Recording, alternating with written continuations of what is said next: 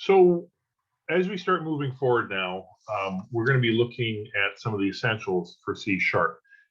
And what I have noticed with the book is that what it tends to do is it's going to take a running example and continue to enhance it.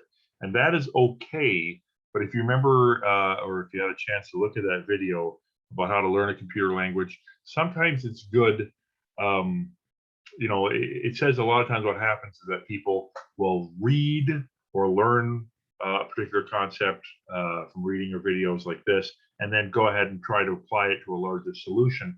And it misses the middle part where we just try to get a feel for some of the stuff that's actually happening inside of the code without having all the baggage of the entire application. And so what I want to do is I'm offering you a gift for this. In at least what has helped me in the past anyways, if I have a very basic little program off to the side that I can test some things out, especially when it comes to variables. Now, which is where we're about to do variables and control structures is where we're about to go here. So what I want to do is I'm going to create a quick console application, So I'm going to go create a new project.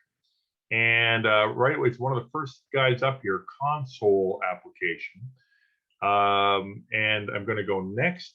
I'm going to give it a name. I'm going to call it MentalSpace because really it's just where I'm going to be trying to learn some stuff. You can call it whatever you want. I'm going to go next. I'm going to allow it to keep the core stuff. There's going to be no cool forms, no cool buttons. It's just going to be a straight console application. Now look, when I click on the create, look what it gives me. It gives me a hello world program right away, just for nothing. For nothing, I get a hello world program. And when I run this hello world program, that's what it gives me. This application that runs on the console, it says hello world, and that's basically about it. So there may be times moving forward in time where I want to basically sort of where I'm going to talk about this invoice total application and others, but I want to basically demonstrate a fairly simple thing. And what I might run back to is this fabulous MentalSpace application. Notice when I go boom, then we're back, right? And you might want to try something like this out and see, can you get it to say your name, for example? Console, right? Notice again all that stuff that we just talked about. My name is Grant.